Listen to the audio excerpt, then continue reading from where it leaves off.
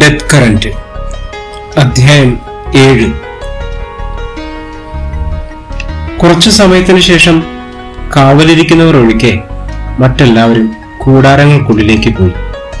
റാൾഫും വിൽബർട്ടും തീക്കരികിൽ തന്നെയിരുന്നു. രാത്രി കനത്തു വരുന്നതോടെ അവർക്ക് ജാഗ്രതയേറി. നാനാഭാഗത്തേക്കും കണ്ണും ചെവിയും തുറന്നു വെച്ച് ഏകാഗ്രമായുള്ള ഇരിപ്പ്. രാത്രിയുടെ മധ്യയാമവും കഴിഞ്ഞു. എങ്ങും ഒരു ശബ്ദവുമില്ല. കൂടാരങ്ങളിൽ മിക്കവരും ഉറക്കമായി. മാംസം ചീഞ്ഞഴുകിയ ദുർഗന്ധം വായുവിൽ കലർന്നതായി ആദ്യം വിൽബർട്ടിനാണ് അനുഭവപ്പെട്ടത്. റാൾഫിനോട് അത് പറയാൻ ഒരുമ്പെട്ടപ്പോഴേക്കും ക്രിസ്റ്റഫറിന്റെ കൂടാരത്തിനപ്പുറത്ത് പച്ച കണ്ണുകളുടെ മിന്നലാട്ടം കണ്ടു. റാൾഫിന് കഷ്ടിച്ച് അടയാളവെടി പൊട്ടിക്കാൻ സമയം കിട്ടി. ഭയാനകമായ ഒരു അലർച്ചയോടെ ഒരു അവ്യക്ത രൂപം ടെന്റുകൾക്കുള്ളിലേക്ക് ചാടി നിന്നു. ആയുധമെടുക്കാൻ ഷാൻപിയറിനോ ക്രഫോർഡിനോ സമയം കിട്ടിയില്ല. വെടിയച്ച കെട്ടി ഞെട്ടിയുണർന്നപ്പോൾ കണ്ടത് കറുത്തു ഭീമമായ ഒരു കൈ ക്യാൻവാസ് ഷീറ്റുകൾ പൊളിച്ചു നീക്കുന്നതാണ്. ആരൊക്കെയോ അലറി വിളിക്കുന്ന ശബ്ദവും കേട്ടു. തണുത്ത വായുവിൽ ശവം ചീഞ്ഞ ഗന്ധം, ഭയാനകമായ മുരളൻ. വിൽബർട്ട് ആദ്യം തന്നെ കാട്ടിലേക്ക് ഓടിക്കഴിഞ്ഞു. ടെന്റുകളിൽ നിന്ന് ഉയർന്ന നിലവിളിയും ശബ്ദങ്ങൾ നാനാദിക്കുകളിലേക്ക് അകന്നകന്നു പോയി.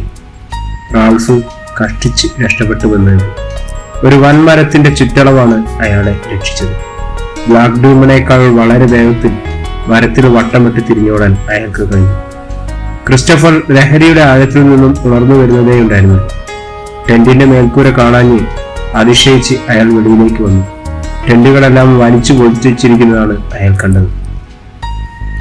ഒരൊറ്റ ടെന്റിനുള്ളിൽ പോലും ആരും ഇല്ല. കാറ്റ് ശക്തിയായി മരങ്ങളെ പിടിച്ചുലയ്ക്കുന്ന ഹുങ്കാരവും. കാറ്റിൽ ചാരം പറന്ന് തീക്കുണ്ടത്തിലെ കനലുകൾ തിളങ്ങുന്നു. ബ്ലാക്ക് ഡീമൺ വന്നുവെന്ന് മനസ്സിലാക്കിയ ക്രിസ്റ്റഫർ ചുറ്റുപാടും കണ്ണോടിച്ചു. എല്ലായിടത്തും ഇരുട്ട് മാത്രം. അയാൾ തീക്കരികിൽ ചെന്നിരുന്ന് ഒരു സിഗരറ്റ് കൊളുത്തി വലിക്കാൻ തുടങ്ങി. കാട്ടിൽ നിന്നും എവിടേക്കോ ശബ്ദങ്ങൾ. മരങ്ങൾ ഞെരിഞ്ഞ് തകർന്നു വീഴുകയോ തടി വലിച്ചെടുക്കുകയോ ചെയ്യുന്നത് പോലെയുള്ള ശബ്ദങ്ങൾ കേൾക്കാമായിരുന്നു. എവിടെ നിന്നോ ഒരു നീണ്ട കരച്ചിൽ കേട്ടതുപോലെ തോന്നി. ഒരു സ്ത്രീയുടെ ദീനരോധനം. ആരെങ്കിലും അന്വേഷിച്ചു പോകണമോ എന്ന് ക്രിസ്റ്റഫർ ആദ്യം ആലോചിച്ചു. കാട്ടിലേക്ക് കടക്കുന്നത് കൊണ്ട് ഗുണമൊന്നുമില്ലെന്ന് അയാൾക്ക് തോന്നി. അയാൾ അങ്ങനെ ഇരിക്കെ മുകളിൽ കുന്നിൻ ചെരുവിലൂടെ ആകാശത്തിന്റെ പശ്ചാത്തലത്തിൽ ഒരു വലിയ തലം നീങ്ങുന്നത് കാണാൻ. അല്പം കഴിഞ്ഞപ്പോൾ ഭീമാകാരമായ ഉടൽക്കെട്ടും കണ്ടു. കാഴ്ച വ്യക്തമല്ലെങ്കിലും ആ രൂപത്തിന്റെ തോണിൽ കനമുള്ള എന്തോ ഒന്നുണ്ടായിരുന്നു എന്ന് തോന്നി. കുന്നിൻ പുറത്ത് അത് അപ്രത്യക്ഷമാവുകയും ചെയ്തു. ക്രിസ്റ്റഫർ ടെന്റിന്റെ ഉള്ളിലേക്ക് കടന്നു. തോക്കെടുത്ത് ആ ദിക്കിലേക്ക് ഓടി. കുന്നിൻ ചെരുവിലെത്തിയ ക്രിസ്റ്റഫർ പരിസരമാകെ നിരീക്ഷിച്ചു. വിശേഷിച്ചൊന്നും കാണാനില്ല. കാറ്റിന്റെ ഹുങ്കാരമല്ലാതെ ഒന്നും കേൾക്കാനുമില്ല. അയാൾ കുന്നിൻ ചെരുവിലൂടെ കാട്ടിലേക്ക് ഇറങ്ങിപ്പോയി. എല്ലായിടത്തേക്കും അയാൾ ടോർച്ച് തെളിച്ചുകൊണ്ടിരുന്നു. വലിയ ചെളിക്കായലിന്റെ ഭാഗത്തേക്കാണ് ബ്ലാക്ക് ഡീമൺ പോയിരിക്കുന്നതെന്ന് കാൽപ്പാടുകൾ വ്യക്തമായി. തറയിൽ നടത്തിയ പരിശോധനയിൽ കാൽപ്പാടുകൾക്കരികിൽ ചോരത്തുള്ളികൾ ഇറ്റിറ്റു വീണതായി കണ്ടു. ക്രിസ്റ്റഫർ കാൽപ്പാടുകളെ പിന്തുടർന്ന് ചെളിക്കായലിനരികിലെത്തി. ടോർച്ച് തെളിച്ചപ്പോൾ ചതുപ്പിന്റെ അങ്ങേയറ്റത്ത് കറുത്ത ഭീമാകാരനായ ഒരു രൂപം ഒരു മനുഷ്യ ശരീരവുമെന്തി ചാടിക്കിടക്കുന്നത് മിന്നായം പോലെ കണ്ടു. ചതുപ്പിനക്കരെ പാറക്കെട്ടുകൾക്കിടയിൽ അത് അപ്രത്യക്ഷമായി. ക്രിസ്റ്റഫർ പാറക്കെട്ടുകൾക്കിടയിലൂടെ ടോർച്ചടിച്ചുകൊണ്ടിരുന്നു. വെളിച്ചം കഷ്ടിച്ച് അങ്ങേയറ്റത്ത് എത്തുന്നുവെന്നേയുള്ളൂ. ടോർച്ചിന് ശക്തി പോരാ. അല്പം കഴിഞ്ഞപ്പോൾ പാറക്കെട്ടുകൾക്കിടയിൽ ഇരുട്ടിൽ കത്തുന്ന 2 പച്ചക്കണ്ണുകൾ കാണായി. ക്രിസ്റ്റഫറിന്റെ നേർക്ക് അത് ജലിച്ചുകൊണ്ടിരുന്നു. ക്രിസ്റ്റഫർ ലൈറ്റ് അണയ്ക്കാതെ അങ്ങോട്ട് തന്നെ തുറിച്ചു നോക്കി. നിശബ്ദമായ നിമിഷങ്ങൾ കടന്നുപോയി. രോഷം ജലിക്കുന്ന ആ 4 കണ്ണുകൾക്കിടയിൽ ചെളിക്കായൽ ഓളം വെട്ടിക്കൊണ്ടിരുന്നു. ഇറങ്ങി വാടാ. ക്രിസ്റ്റഫർ അങ്കക്കലിപ്പൂണ്ട് വിറച്ചു. നിന്റെ കൊട്ടാരക്കെട്ടിനടുത്തു വന്ന് നിന്നെ വെല്ലുവിളിക്കുകയാണ് ഞാൻ. രാത്രിയിൽ പതിവ് വന്ന് ആക്രമിക്കാതെ ക്രിസ്റ്റഫറിനോട് നേരിട്ട് പോരിന് വാടാ പന്നി. ഇറങ്ങി വാ. പച്ചക്കണ്ണുകൾ ചലനമൊന്നില്ല. ക്രിസ്റ്റഫർ പിസ്റ്റൾ ഉയർത്തി അതിന്റെ നേർക്ക് നീട്ടി ലക്ഷ്യം പിടിച്ചു. കാടിനെ നടത്തിക്കൊണ്ട് വെടിശബ്ദമായിരുന്നു. ക്രിസ്റ്റഫർ കണ്ണു ചിമ്മി തുറന്നു. പച്ചക്കെട്ടുകൾ കാണാനില്ല. പാറക്കെട്ടുകൾക്കിടയിൽ ഇരുട്ട് മാത്രം. ക്രിസ്റ്റഫർ ടോർച്ച് തെളിച്ചുകൊണ്ട് അവിടെ തന്നെ നിന്നു. പാറനിരകളിലൂടെ ചതുപ്പിനക്കരയിലേക്ക് ചാടിക്കടന്നാലോ എന്ന് അയാൾ ആലോചിച്ചു. പെട്ടെന്ന് ചതുപ്പിൽ അയാളുടെ തൊട്ടു മുന്നിലായി ഒരു വലിയ കല്ല് വന്നു വീണു. ക്രിസ്റ്റഫറിന്റെ ദേഹത്തേക്ക് തെളിചൊലിച്ചു. അയാൾ ഉടൻ പിന്നോട്ട് മാറി. അപ്പോഴേക്കും അയാൾ നേരത്തെ നിന്ന സ്ഥാനത്ത് മറ്റൊരു കല്ല് വന്നു വീണു. ക്രിസ്റ്റഫറിന് കല്ലേറിൽ നിന്നും രക്ഷപ്പെടാൻ വീണ്ടും വീണ്ടും പിന്മാറേണ്ടി വന്നു. ചതുപ്പിനക്കരെ ഏത് ഭാഗത്തു നിന്നാണ് ഈ ആക്രമണമെന്ന് കാണാൻ സാധിക്കുന്നില്ല. വലിയ കരിങ്കൽ പാളികളാണ് വന്നു വീണുകൊണ്ടിരിക്കുന്നത്. ക്രിസ്റ്റഫർ തിരിച്ചു പോന്നു. അയാൾ ടെന്റിനരികിൽ എത്തിയപ്പോൾ ആരോ തീക്കരികിൽ നിൽക്കുന്നതായി കണ്ടു. ആരാണെന്ന് ക്രിസ്റ്റഫർ വിളിച്ചു ചോദിച്ചു. സ്വയം വെളിപ്പെടുത്തിക്കൊണ്ടുള്ള റാൾഫിന്റെ മറുപടി കിട്ടി. മറ്റുള്ളവരൊക്കെ എവിടെ? ക്രിസ്റ്റഫർ ചോദിച്ചു. റാൾഫ് കൈമലർത്തി. അയാളുടെ കിതപ്പും പാരവശ്യവും അപ്പോഴും അടങ്ങിയിരുന്നില്ല. ബ്ലാക്ക് ഡീമൺ കുന്നിൻ ചെരുവിലൂടെ ഒരു ശവശരീരം ചുവന്നു കൊണ്ടുപോകുന്നത് ഞാൻ കണ്ടു. ആരെയാണ് പിടികൂടിയതെന്നറിയാമോ? ശവം ആരുടേതായിരുന്നു? റാൾഫ് പാരവശ്യത്തോടെ ചോദിച്ചു. അത് തിരിച്ചറിയാൻ സാധിച്ചില്ല. ജൂലിയൻ ആയിരിക്കുമെന്നാണ് എന്റെ കണക്കൂട്ടൽ. റാൾഫ് ഒന്നും മിണ്ടാതെ അയാളുടെ ചുവന്ന കണ്ണുകളിലേക്ക് തറച്ചു നോക്കി. അല്പം നിന്നു. പിന്നെ അയാൾ തീ കൂട്ടാനുള്ള പണി തുടങ്ങി. വിറകു കഷ്ണങ്ങൾ പെറുക്കിയിട്ട് അയാൾ വലിയ ആഴി കിട്ടി. തീ കണ്ട് ആളുകളെല്ലാം അടങ്ങി വരട്ടെ എന്നായിരുന്നു അയാളുടെ കണക്കൂട്ടൽ. തീയിട്ട ശേഷം റാൾഫ് ഓരോരുത്തരുടെയും പേരുകൾ ഉറക്കെ വിളിച്ചു. കുന്നിൻ ചെരുവിലത് പ്രതിധ്വനിച്ചുകൊണ്ടിരുന്നു. അർണോൾഡാണ് ആദ്യം മറുപടി നൽകിയത്. അധികം വൈകാതെ അയാൾ ടെന്റിന്റെ കീഴിൽ എത്തിച്ചേരുകയും ചെയ്തു. ഓടുന്നതിനിടയിൽ മരത്തിലടിച്ചു വീണ് അയാളുടെ തലയും കാൽമുട്ടുകളും പൊട്ടി ചോരയടിക്കുന്നുണ്ടായിരുന്നു. ഒരു കൈ സന്ധി തെന്നിമാറി നീരി വെക്കാൻ തുടങ്ങിയിരിക്കുന്നു. അർണോൾഡ് വന്ന് 10 മിനിറ്റ് കഴിഞ്ഞപ്പോൾ വിൽബട്ടെത്തി. അയാൾക്ക് ഓട്ടത്തിനിടയിൽ എവിടേക്കോ വീണ് ധാരാളം പരിക്കുകൾ ഉണ്ടായിരുന്നു.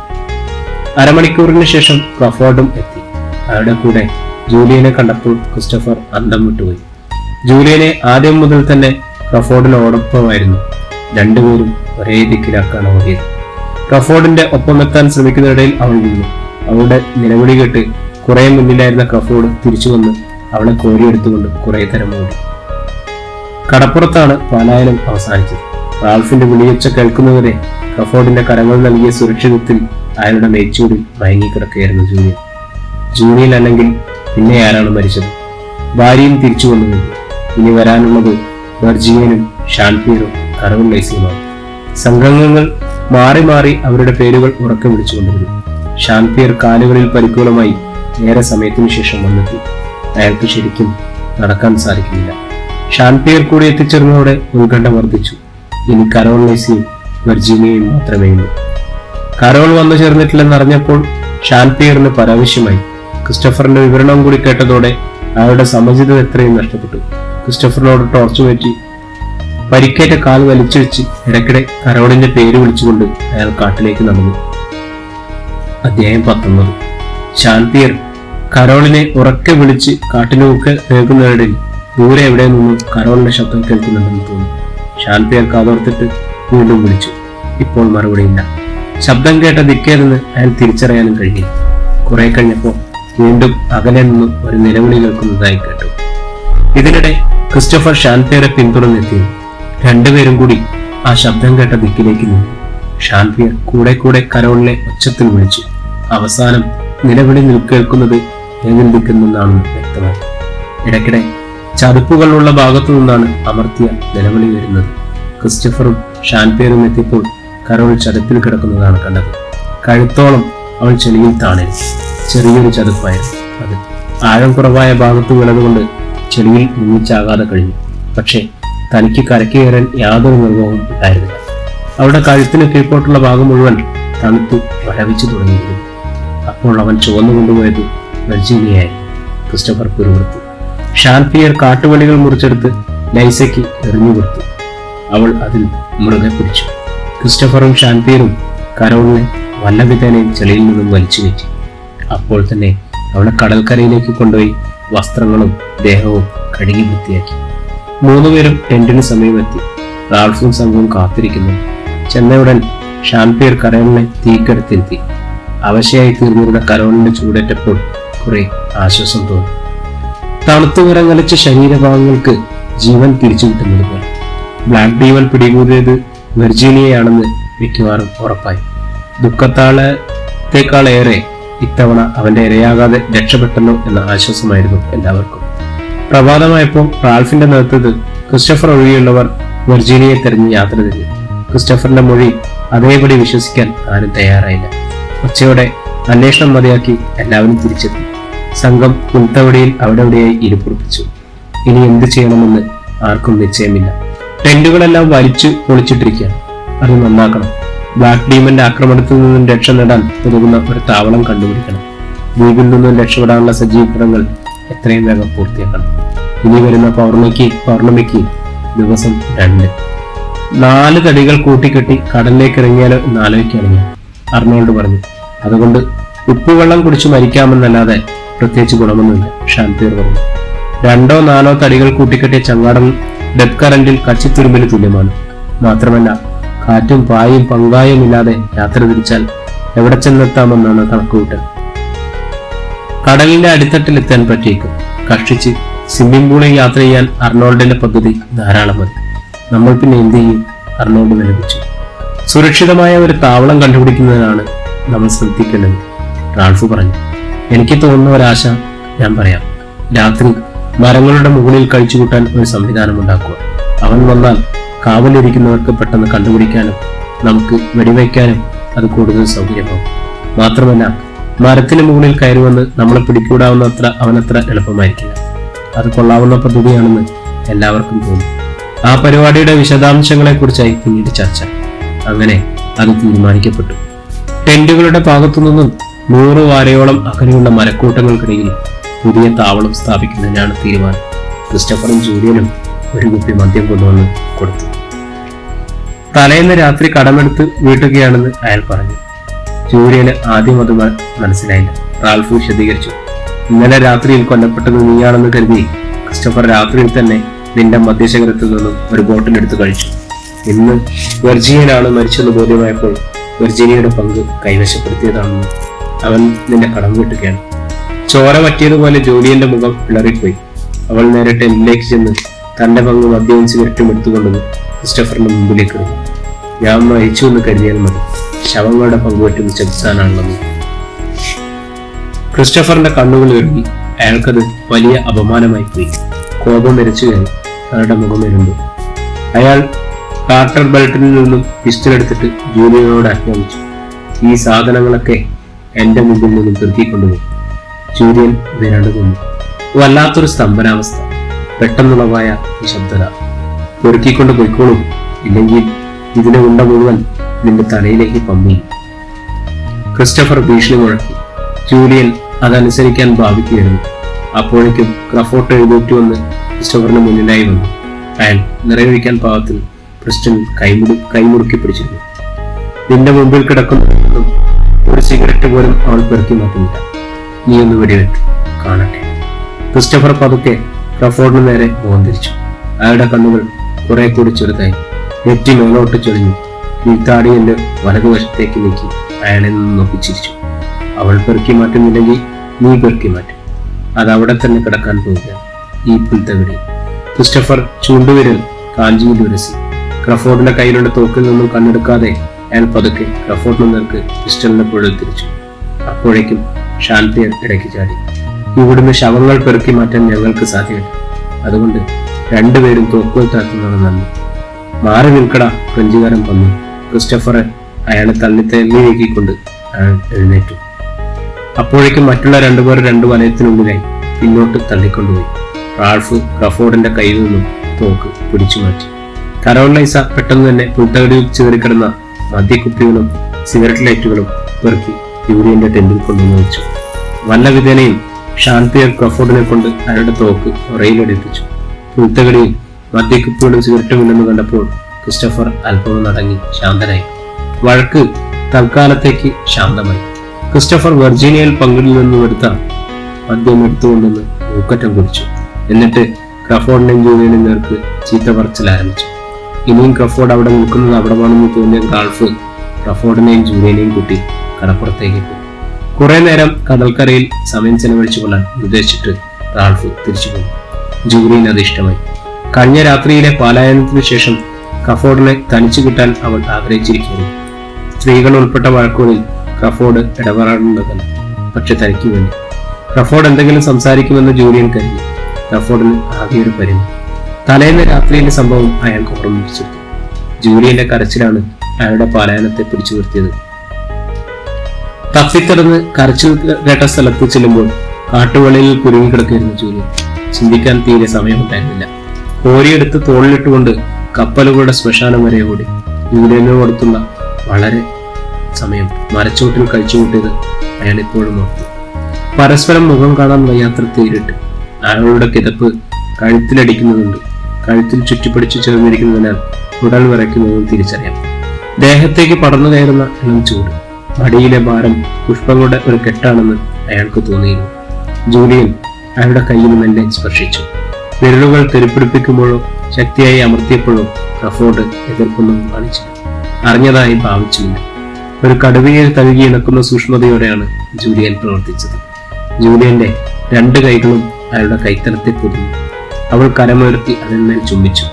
ജൂലിയൻ ആത്മവിശ്വാസത്തോടെ അയാളുടെ നന്നെ ചേർന്നു നിന്നു. തടിച്ച കൈയെടുത്ത് തന്റെ കഴുത്തിലൂടെ ഇട്ടു. എന്നിട്ട് അതൊന്നും അറിയാത്ത കുട്ടിയെപ്പോലെ കടലിലേക്ക് കണ്ണുന്നിട്ട് നിന്നു.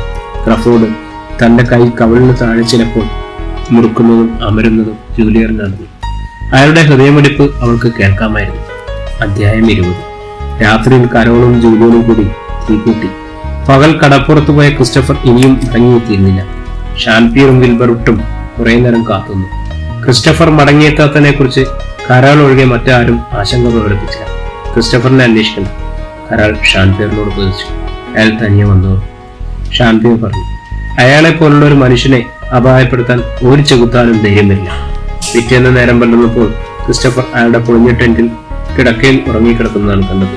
അയാൾ രാത്രി എപ്പോൾ വന്നുവെന്ന് കാവിലിരുന്നവർ പോലും അറിഞ്ഞില്ല.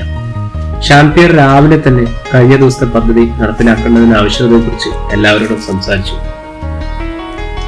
തലേന്ന് കൊണ്ടുവച്ച മരക്കൂട്ടങ്ങൾക്കിടയിലേക്ക് ടെന്റുകൾ പൊളിച്ചു മാറ്റുകയാണ് ആദ്യം ചെയ്തത്. ടെന്റുകൾക്കൊപ്പം സാധനങ്ങളും ചുമന്നെത്തിച്ചു. വൈകുന്നേരമായപ്പോഴേക്കും പുതിയ സ്ഥലത്ത് ടെന്റുകളുടെ പണി തുടങ്ങി. അടുത്ത ദിവസം മുതൽ മരങ്ങളുടെ മുകളിൽ ഒളിയിടങ്ങൾ കെട്ടാനുള്ള പണി തുടങ്ങി. ഏതാനും ദിവസങ്ങൾ കൊണ്ട് മരങ്ങളിൽ സുരക്ഷിത സ്ഥാനങ്ങൾ ഉണ്ടാക്കി. 5 മരങ്ങളാണ് അതിനുവേണ്ടി തിരഞ്ഞെടുത്തത്. തറയിൽ നിന്നും 10 മീറ്ററിനും 15 മീറ്ററിനും ഇടയിലായിരുന്നു ഒളിയിടങ്ങളുടെ സ്ഥാപനം. 2 പേർക്ക് ഇരിക്കുകയും കിടക്കുകയും ചെയ്യാനുള്ള സൗകര്യമാണ് ഓരോ സ്ഥാനത്തും തയ്യാറായിരുന്നത്. മരത്തിന് മുകളിലേക്ക് കയറി ചെല്ലാൻ കാട്ടുവള്ളികൾ കൊണ്ട് ഗോവണികൾ ഉണ്ടാക്കി തൂക്കിയിട്ടിരിക്കുന്നു. കുറഞ്ഞ ദിവസങ്ങൾക്കുള്ളിൽ എല്ലാവരും കയർഗോവണിയുടെ മരത്തിലെത്താൻ പരിശീലിച്ചു. എന്നും രാത്രി അവർ കയർഗോവണി വഴി കയറി വൃക്ഷങ്ങളിലെ സുരക്ഷിത സ്ഥാനങ്ങളിൽ സ്ഥലം പിടിക്കും. അടുത്ത ദിവസം പ്രഭാതത്തിലാണ് അവർ ഇറങ്ങി വരിക. ഒരു ദിവസം ക്രഫോർഡും ക്രിസ്റ്റഫറും തമ്മിൽ ഭയങ്കരമായ വഴക്കുണ്ടായി. കടപ്പുറത്ത് വെച്ച് ക്രിസ്റ്റഫർ ജൂലിയനോട് അപമര്യാദയായി പെരുമാറി എന്നതാണ് വഴക്കിന് കാരണം. ജൂലിയൻ ഭാര്യയോടും അർണോൾഡിനും ഒപ്പം മീൻ പിടിക്കാൻ പോയത്. ചൂണ്ടയിടാൻ വന്ന ക്രിസ്റ്റഫർ ജൂലിയന്റെ സമീപത്തേക്ക് പോകുന്നതിന് ഭാര്യയും അർണോൾഡും ദൃക്സാക്ഷികളായിരുന്നു. പിന്നീട് എന്താണ് ഉണ്ടായതെന്ന് അവർക്ക് കാണാമായിരുന്നില്ല. ജൂലിയന്റെ കരച്ചിലും ബഹളവും കേട്ട് ഭാര്യ ചെല്ലുമ്പോൾ ക്രിസ്റ്റഫർ ഒരു മൂളിപ്പാട്ടും പാടി തിരിച്ചു വന്നതാണ് കണ്ടത്. ജൂലിയൻ ദേഹത്ത് പുരണ്ട മണ്ണ് തട്ടിക്കളയുന്നു. സംഭവം ക്രഫോർഡ് പറഞ്ഞു. അതാണ് വഴക്കിന് കാരണം. ജൂലിയനോട് മര്യാദ കേട്ട് കാട്ടിയതിന് മാപ്പ് പറയുകയോ മതിയായ വിശദീകരണം നൽകുകയോ ശിക്ഷ വാങ്ങുകയോ ചെയ്യണമെന്ന് ക്രഫോർഡ് ക്രിസ്റ്റഫറിനോട് ആവശ്യപ്പെട്ടു. സാൻ ഫ്രാൻസിസ്കോവിൽ വെച്ച് ഞാൻ അവളോട് ഇതുപോലെ പെരുമാറിയതിന്റെ ഓർമ്മയാണ് എനിക്ക് ധൈര്യം തന്നത്. ദ്വീപിൽ വന്ന ശേഷം അവൾ പുണ്യവതിയായതെന്ന് ഞാൻ അറിഞ്ഞിട്ടില്ല. ഇതായിരുന്നു ക്രിസ്റ്റഫറിന്റെ വിശദീകരണം. ക്രഫോർഡിന്റെ ദേഷ്യം വർദ്ധിപ്പിക്കാൻ മാത്രമേ ഈ മറുപടി ഒതുങ്ങിയുള്ളൂ. വാക്കേറ്റം മൂത്തു കഴിഞ്ഞപ്പോൾ റാൾഫ് എഴുന്നേറ്റ് ചെന്നു. 2 പേരുടെയും കൈവശമുണ്ടായിരുന്ന ആയുധങ്ങൾ അഴിച്ചെടുത്തു. എല്ലാവരും ഭക്ഷണം കഴിക്കാൻ എടുക്കുമ്പോഴാണ് വാക്കേറ്റം ആരംഭം. ഇനി നിങ്ങൾ നായ്ക്കളെ പോലെ കടിപിടിക്കും, ഞങ്ങൾക്ക് വല്ലത് കഴിക്കണം, റാൾഫ് പറഞ്ഞു. ആരും തടയാനും സഹായിക്കാനും പോകണ്ട, ഇത് ഒഴിവാക്കാനൊക്കെ ക്രിസ്റ്റഫറാണ് തുടങ്ങി വെച്ചത്. അയാളുടെ അപ്രതീക്ഷിതമായ അടി ക്രഫോർഡിനെ വീഴ്ത്തിക്കളഞ്ഞു. പുൽത്തകടിയിൽ കെട്ടിമറിഞ്ഞുകൊണ്ടും പരസ്പരം കൊലവിളിച്ചും മാന്തിയും ചവിട്ടിയും ഇടിച്ചും മുക്രയിട്ടും ചീറ്റിയും 2 പേരും കാട്ടുപൂച്ചകളെ പോലെ പൊരുതിക്കൊണ്ടിരുന്നു. ഭക്ഷണം വിളമ്പു, റാൾഫ് മുമ്പെങ്കും ഉണ്ടായിട്ടില്ലാത്ത ഗാംഭീര്യത്തോടെ കൽപ്പിച്ചു. കരോളൈസിയും ജൂലിയനും കൂടി ധൃതിയിൽ ഭക്ഷണം വിളമ്പി. ഈ കാഴ്ച കണ്ടുകൊണ്ടും വല്ലതും കഴിക്കുന്നത് രസകരമായിരിക്കും, റാൾഫ് പറഞ്ഞു. അവർ ഭക്ഷണം കഴിക്കാൻ തുടങ്ങി. ഭക്ഷണത്തിലായിരുന്നില്ല അവരുടെ ശ്രദ്ധ. അടിയുടെയും ചവിട്ടിന്റെയും ശബ്ദങ്ങളും അമർത്തിയ അലർച്ചകളും പുൽത്തകടിയിൽ ഉയർന്നുകൊണ്ടിരുന്നു. നിരായുധരായ തുല്യശക്തികൾ തമ്മിലുള്ള പോരാട്ടം തുടരുകയാണ്. പ്രിയമുള്ളവർ, ഈ അധ്യായം ഇവിടെ തുടരുകയാണ്.